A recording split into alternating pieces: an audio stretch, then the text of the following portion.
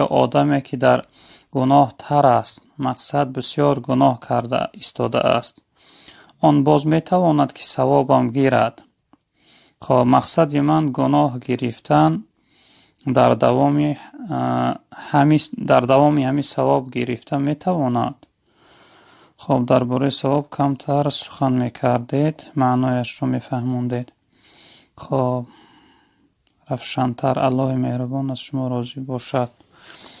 خب به شرافت شما ما بنده ها خیلی چیزها رو درک کردیم. خب برادر عزیز، انسانی که یعنی حرکت میکنه، در اصل حرکت انسان عبارت از ثواب و گناه است. انسان در حیات هم ثواب میگیره هم گناه میکند. البته خداوند در قرآن میفرمایند من عمل صالحا فلنفسه و من اساء فعلیها. هر انسانی که یک کاری خوب انجام داد به فایده خودش کرده است که ثواب میگیره، مزد و پاداش و اجر داره، در آخرت جنت از خود میکنه. اما هر انسانی که کاری بد کرد، نافرمان برداری کرد، او به ضرر خودش است که در قیامت جواب داره و مؤاخذه و عذاب داره. جای دیگر رب العالمین میفرمایند که فمن یعمل مثقال ذره خیرا یره و من یعمل مثقال ذره شر یره.